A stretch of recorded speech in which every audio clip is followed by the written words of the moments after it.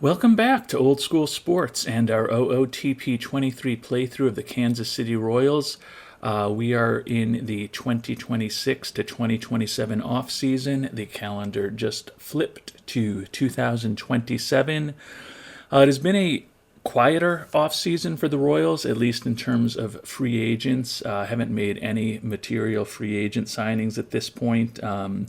Still do hope to do a little bit as we get closer to the season starting. We do have some money to spend. Right now, I think our focus is going to be maybe on trying to land a popular player who's cheap just to boost fan interest a little bit. And then as we get closer to the beginning of spring training, maybe we can make some moves to bring in a top free agent who hasn't ended up signing anywhere for a one-year deal. But what we've basically done so far is make a few trades to kind of impact the roster on the margin. So the key transactions we made this offseason, we traded away longtime first baseman Nick Pratto to open up the opportunity for Zach DeCenzo and potentially Peyton Williams to get more playing time at first base and or designated hitter. Those players are less expensive than Pratto was, and think that they can absolutely provide the same type of bat in the case of DeCenzo with better fielding, in the case of Williams with maybe a little worse fielding. But Pratto just hadn't really worked out, so that is the one change we're going to make to our infield that has been together basically since the start of this playthrough. And in the trade for Pratto, we picked up utility infielder Jose Barrero, who is the definition of a league average type hitter, versatile enough to play second, third, or short at a competent level. So he is going to take over as our utility infielder, which allowed us to trade away Brooks Lee. Brooks Lee was actually less expensive than Barrero, but he was not as good as a hitter. He was a little better defensively, but I think that with Nico Hoerner and Nicky Lopez in particular, on the wrong side of 30 now. Actually, Hoerner isn't yet, but he will be in early May. A little more flexibility with a utility infielder who can hit a little bit more, might be playing a little bit more next season, made sense for us. So we then traded away Brooks Lee to open up the spot for Barrero. And in that trade, we brought on the reliever J.T. Ginn from Oakland. Has had pretty good success in his major league career with a 110 ERA plus, 96 FIP minus. He has started 33 games over the course of his career, has enough stamina that he could certainly start for us in a pinch. His third pitch, the changeup, is acceptable, not great, but I think he could be an interesting arm out of the bullpen and potentially slot into those fourth and fifth starting roles depending on what we decide to do with the likes of Vanasco, Hayden Wisniewski, and Mackenzie Gore, who are probably the top candidates for those fourth and fifth spots in the rotation right now. So I feel like first base, we're going to be just as good. Utility infielder, we're going to be a little better. And we have also added an arm to the bullpen. So not huge trades, but we just didn't have a ton of money to do a lot with this year, and we weren't all that excited about the free agents that were out there. So a bit of a quieter off season, but that could certainly change in the weeks ahead. One other thing we do need to check on, our longtime team trainer Nick Kenny retired at the end of last season. Took a look a couple months ago at the options that were out there, and there was really nothing particularly exciting. I don't know that it's going to be any different now, but didn't feel a lot of pressure to really reach for any of the team trainers that were out there before.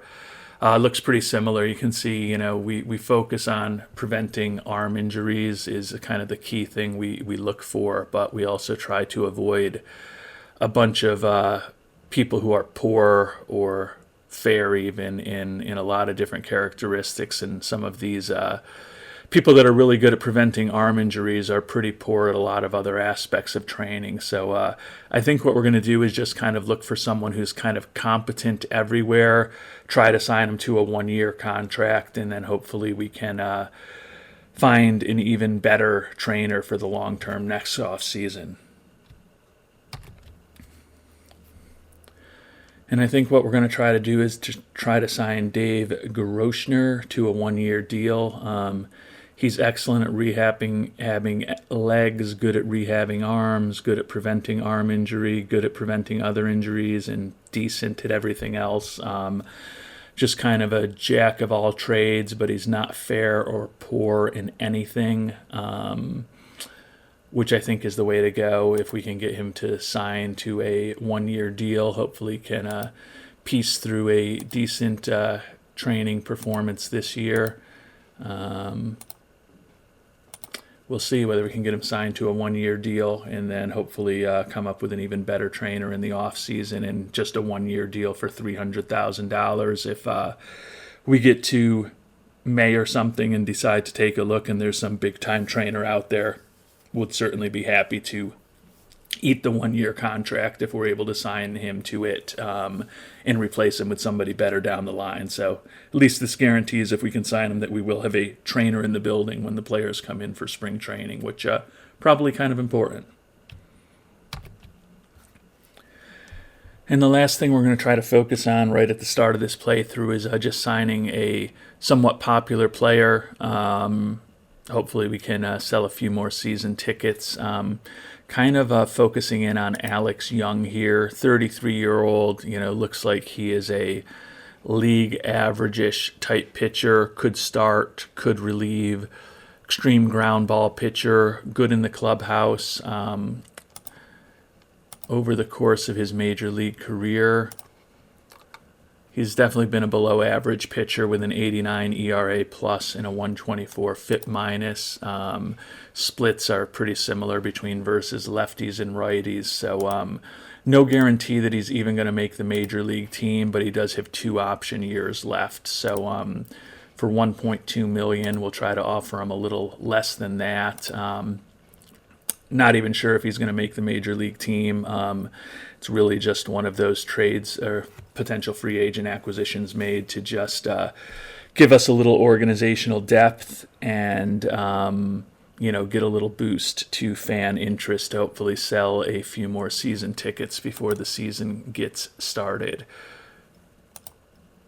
So he's looking for he's looking for a minor league contract with a major league option. We'd happily offer him that. So let's see how that goes. Hopefully we can bring Mr. Young on board.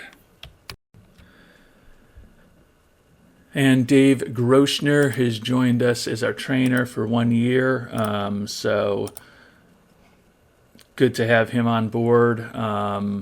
As I mentioned, it's a 1-year deal. So if we see somebody better out there during the season, happy to potentially eat the $300,000 and move on from him. But at least we have a somewhat competent trainer in the clubhouse.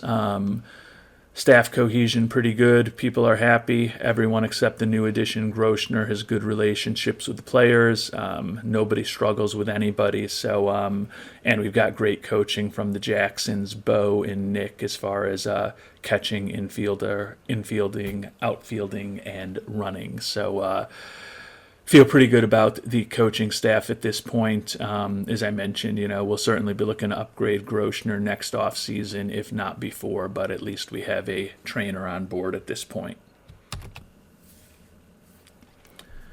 And Alex Young seems to be leaning towards our contract offer at this point, which is positive because we haven't actually done anything in free agency this offseason. We did offer a minor league deal to the catcher, Will Banfield, which he refused, said he was looking for a major league deal. May still try to re-engage with him as a potential AAA player for us. Nice defensive catcher, not much of a hitter, but would love to have somebody like that stashed in AAA in the event that we do have some injuries at the major league level to either Melendez or his backup McGuire. And we did get Young signed to that minor league deal. Didn't get any boost since he's in the minors rather than the majors. And Will Banfield also signed with Texas. So unfortunately, we won't be able to potentially bring him into our system as a potential backup for us. So, we're going to see how the next few weeks go. Spring training is a little less than a month away. The preseason has just began. Probably going to see who's available as a free agent in, the second week of February and see if maybe there's anybody interesting who's still out there that we might want to potentially bring on board. Jonathan India and Tony Kemp, the two second basemen, are the highest rated, at least by the simple stars of the players that are out there. India could certainly help a team, but we don't need to be paying somebody like that $14 million with the infielders we have. Kemp could certainly also help. Doesn't have the best range offensively, can play corner outfield spots, could play center field in a pinch, bit above average major league hitter. I don't know that either of those is going to be all that exciting, so we may just go into the regular season with some money for free agents, which we can potentially use to take on some salary and trade when we maybe identify what our needs for the upcoming season are a little more specifically, if people get hurt or are ineffective.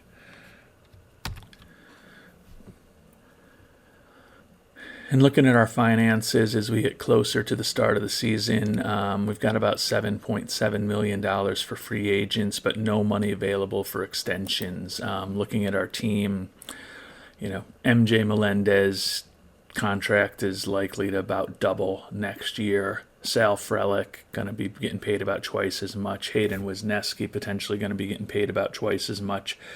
Spencer Bauer's going to start making big money next year. Zach DeCenzo's going to get a bump. Reed Golemon's going to get a decent bump. And then our big-time closer, Austin Roberts, is going to be in line for huge money the next few years. And Peyton Williams is going to likely, get a bump as he heads into his arbitration years. So, you can see even with players coming off the books, our proposed or anticipated spending on salaries next year is going to go from $120 million to $138 million, just with the number of young players that are going to be hitting their arbitration years or hitting the end of their arbitration years where they're really making big money those last couple of arbitration seasons. So I think we have to be in win now mode with this team. This, I think, is the last year of the window to kind of do it with this crew that we've had together for the last several seasons. And then we're going to need to start making some tough decisions next offseason, starting with the team option on Nicky Lopez, and then what we want to do in arbitration or long-term contracts with some of these players like Melendez, Frelick, Wisniewski, Spencer Bauer, and Austin Roberts, who are going to be in line to be making some pretty significant money starting in the 2028 season. Going to be a very different looking Royals roster, most likely in the 2028 season, which is all the reason why we are going to make kind of every decision as we get into this upcoming season focused on winning right now while this window is still open before we have to make some decisions and potentially let go or trade away some of our better young players next offseason.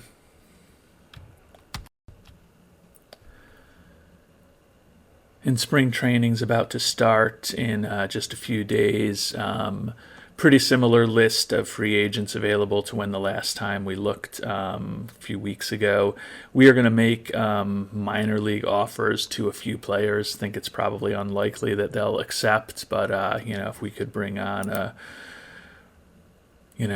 versatile defensive right fielder like Luis Barrera for basically nothing in the minors, would certainly think about doing that, even though he's not a great hitter. So we'll offer him a minor league contract. Probably a few other guys that we'll look to bring on. Can't imagine too many of them are going to be excited to be playing in the minors for Kansas City, but it's also February 15th, and if they want to play baseball, it's time for them to start making some difficult decisions on their ends as well. And we have picked up a few players to minor league deals for organizational depth. Starting pitcher Taylor Lehman, shortstop Orlando Arcia, right fielder Luis Barrera, catcher Jonah Heim, and catcher Jose Trevino. So a little bit of organizational depth. Most of those players will probably end up at AAA, although could split the catchers up, put them more around the organization in the minor leagues to hopefully help our pitchers develop and help us win some games at those lower levels. So always like to kind of spend this time at the early stages of spring training, bringing on some people to kind of flesh out the organization's overall depth and give us some potential options down the line if the injury situation happens to get real bad at the major league level. And as spring training was nearing an end, literally the worst piece of possible news that we could get for the Royals, ace of our staff, Trevor Rogers, torn flexor tendon in his elbow, out for 12 months. So he is going to miss the entire season. Huge loss to lose our number one starter, who is, of course, coming off of that Cy Young Award season when he went 15-6 with a 2.80 ERA, led the American League in 4.6 pitcher WAR. Just a massive loss for the Royals, given that we are in win now mode for this upcoming season. So Rogers will be headed to the 60-day injured list, obviously. Just a huge loss for the Royals. We'll have to see if our pitching depth can help get us through this season. But for a team that, because of the salary situation that we're in and the fact that we've got a lot of younger players that are going to start making a lot of money, we are definitely in win now mode. And I think that the loss of our Cy Young Award-winning number one starting pitcher is the worst thing that could possibly happen to the rotation, worst thing that could possibly happen to the team. The loss of Bobby Witt Jr. would be the only thing that I think could compare, but I think we'd actually have better options to, get someone who can replace 70% of what Bobby Witt Jr. is doing as opposed to 70% of what Trevor Rogers is doing. So literally the final stages of spring training, just a couple spring training games left. One of those things that happens. Definitely not going to be optimal for these Royals to be without our ace for the entire season. And, given that it's March 20th, just have to hope that he will be back and healthy with an abbreviated spring training next year. That he'll be able to kind of be helping us at the major league level, by mid-April, hopefully, of the 2028 season. And another less serious injury here on literally the final day of spring training. So we've got a few days till the regular season begins. Just lost Evan Miller, who was one of our Rule 5 acquisitions. There were no guarantees that he was going to make the team. He's going to be 32 years old shortly. Like his profile, so it's actually not the worst thing that he suffered this back tightness that puts him out for 2 weeks, because that's going to allow us to put him on the injured list, and then we will send him for a rehab assignment down to AAA for several weeks before we'll have to make a decision on whether to find a spot for him at the major league level or to potentially return him to the Padres. And with spring training at an end, time to kind of make some of the final cuts. Backup catcher had a battle between Reese McGuire, who's been our backup for the past several years, excellent defensive catcher, great in the clubhouse, and Jose Trevino, who we signed to a minor league contract, also great in the clubhouse. Think that the advantage still goes to McGuire, so we are going to send Trevino down to AAA, but obviously very happy to have him in the organization as potential depth. Moving on to the outfield, Junior Marin was up in camp with us. He was an international free agent signing back in 2021, just turned 23 years old, hit 20 homers in 461 at-bats in high A ball last year, but you can see his development has come along pretty quickly. His contact, gap power, and home run power all kind of look like they're at major league levels. His eye is not great. Still has some work to do on avoiding strikeouts. He absolutely looks like someone who's going to be up with the big club next year.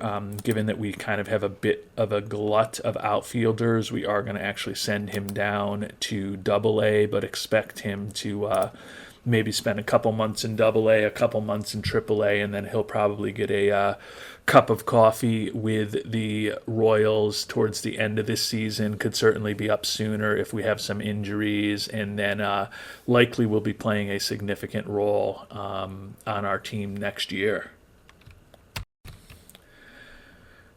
And that leaves us with two more moves to make to get down from 15 to the 13 position players we're going to head into the season with.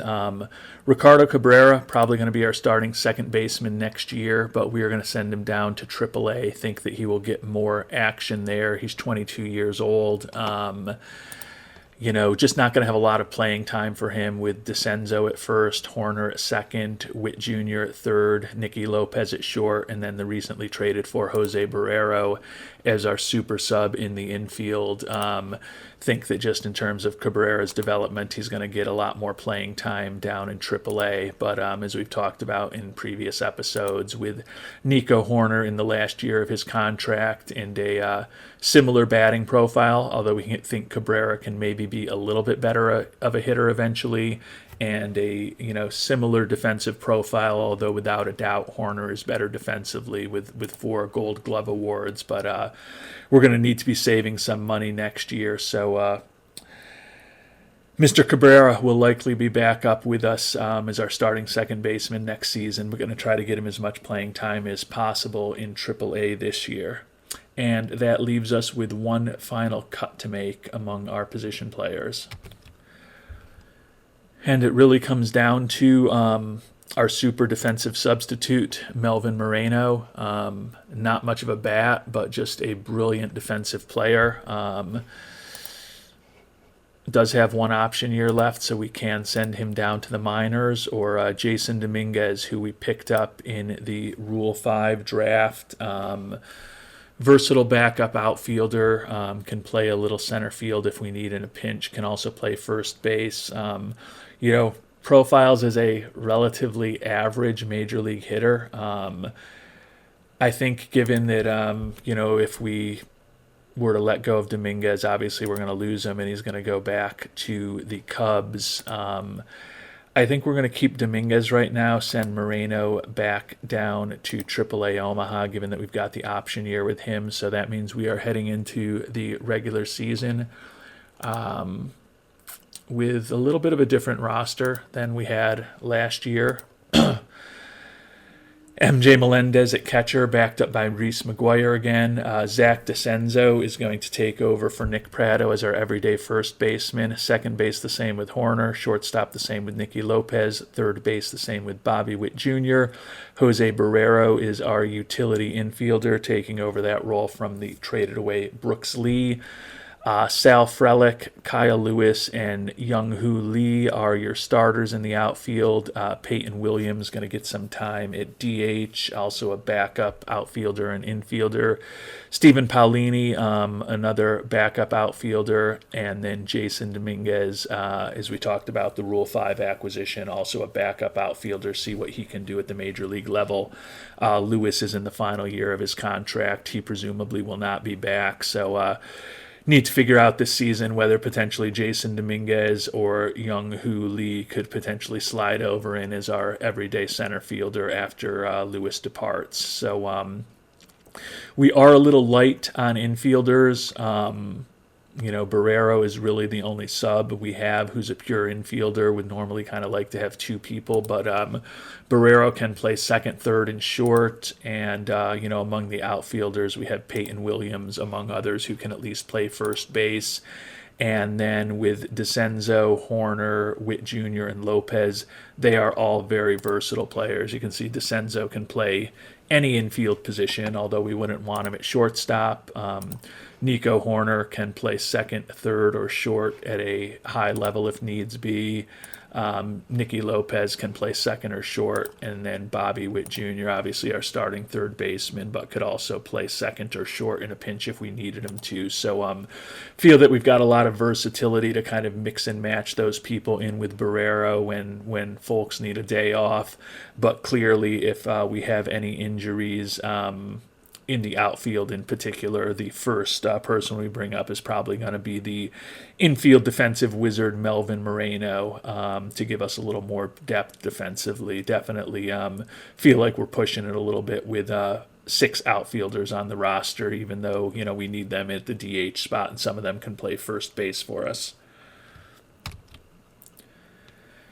And the one thing about the departure of Prado is that we've been trying to get Zach DeCenzo and Peyton Williams regular at-bats for the last 2 years with varying success, and the departure of Prado means DeCenzo is going to be our everyday first baseman batting cleanup against both righties and lefties, and Peyton Williams is going to be our everyday designated hitter, at least at the start of the season. So we'll get those guys some more regular at-bats here before they hit their arbitration years, and we have to start making some more difficult decisions on them when they're not making the major league minimum anymore. And we've still got a lot of decisions to make with our pitching staff. Obviously, the loss of Trevor Rogers as our ace is a huge blow to the team. Spencer Bauer and Caleb Lagerwell still going to be at the top of the rotation, and it looks like right now the plan for Byron Nichols is for the youngster Ricky Vanasco, JT Ginn, who we did pick up in that trade for Brooks Lee, and Hayden Wisniewski to be the other 3 starters. So all righties with the loss of Rogers, which might not be optimal. We will potentially have the likes of Mackenzie Gore, Will Goebel, and or Tyler Bosma at the major league level with lefty arms. Aaron Ashby also. So, we will have a fair number of lefties potentially out of the bullpen or who could slot in as a back-end starter for us. But have some decisions to make. Will Pickford, the Rule 5 acquisition, who has never pitched over a ball for anybody. We are going to release Mr. Bickford back to the Giants. Unfortunately, he won't make the team. Still going to have some other tough decisions to make to get the pitching staff down to 13 from 17. There's some obvious players who are going to make it. Nick Anderson, Aaron Ashby, Reed Galliman, and Austin Roberts are not in jeopardy. All of those players with the exception of Ashby, are right-handers. So probably need to figure out how many left-handers we want out of Bosma, Will Goebel, Mackenzie Gore, and Scott Kobos. At least one of them will be gone. And then pair away the rest of the right-handers as we try to get down to the 13 players we're going to start the season with on our pitching staff. And I really kind of like the lefties we have in the bullpen other than Ashby. Mackenzie Gore has been an important player for us as a starter, kind of long reliever for a few seasons now. Scott Kobos is definitely more effective against lefties than he is against righties. Going to keep him as a lefty specialist. Will Goebel, the youngster, did not do well in 5 1/3 innings, but that's obviously a small sample size. But he pitched to a 2.71 ERA in Omaha last year, over 209 innings pitched. He just doesn't have anything else to prove in AAA. So I think we're actually going to make a little bit of a weird move and send Tyler Bosma down. He still has 3 option years left. Was up all of last year, was average-ish with a 4.48 ERA, 93 ERA plus, 103 FIP minus. So I guess technically maybe a little bit below average, although his WAR of 0.2 was still positive. But think that he may benefit from getting regular time in the rotation in AAA. So Bosma is not going to make the big club this year, at least coming out of spring training. Dylan Coleman, a longtime reliever for the Royals, split last year between Omaha and Kansas City, and he's going to be headed back down to Omaha also. Still has some option years left, even though he does have a major league contract. So send Coleman down to Omaha, leaves us with 15 players, so still going to have two more difficult decisions to make as far as what this pitching staff is going to look like as we head into the regular season. Will Klein also going to be headed down to Omaha. Doesn't have the best control in the world and is a two-pitch pitcher. His curveball is only average. 4.25 ERA at the major league level for the Royals last season with a 98 ERA plus. 86 FIP minus suggests that he probably deserves to be up here, and he very well could be at some point, but we are going to send Klein down to AAA now as we try to pair this really strong pitching staff to who's going to really be at the major leagues with us this year. And it's really just a numbers game for our last spot, basically coming down to two young pitchers who could potentially be in the rotation down the line. Will Goebel, the left-hander, we already talked about him a little bit, really has nothing left to prove in Omaha. The other option is Zach Jacobs, right-hander, definitely can start. Pitched brilliantly in his one start with Kansas City last year, was not quite as good as Omaha as Goebel was. And the fact that Jacobs is a righty is what's going to mean that he's going to get put down. So Jacobs is hopefully going to be starting in Omaha for us this year. But with no lefties in the starting rotation, thought it was important to have 4 lefties and 4 righties out of the bullpen. So that ultimately lets Goebel earn the final spot in the major leagues, at least as this season gets underway. So we'll refresh Nichols' staff. We'll let him pick it at this point. Obviously, Bauer and Lagerwell at the top. Going to see what Ricky Vanasco can do with a full run at the major league level as a starter. JT Ginn, that could end up being a real important trade that we made for him. Certainly has the profile to be an average, maybe slightly above average major league pitcher. Doesn't have great stamina, but we'll see what he can do out of the rotation for us, at least initially. And then Hayden Wisniewski, the 2026 All-Star, had a really nice year for us, starting to make a little bit more money through arbitration, but he has been an important 4th or 5th starter or a kind of swing man in the rotation for us for several years now. Righties out of the bullpen, the veteran Nick Anderson, R.J. Dabovich, Reed Goleman, and then the closer Austin Roberts. And then the lefties out of the bullpen are going to be the longtime reliever Aaron Ashby, the youngster Goebel, who we talked about, Mackenzie Gore, and Scott Kobos. So clearly, if we do have injury issues or if we just decide to make a change to the rotation, the lefty Goebel and the lefty Mackenzie Gore are the most likely to slide into the back end of the rotation if we need somebody else in the rotation over the near term.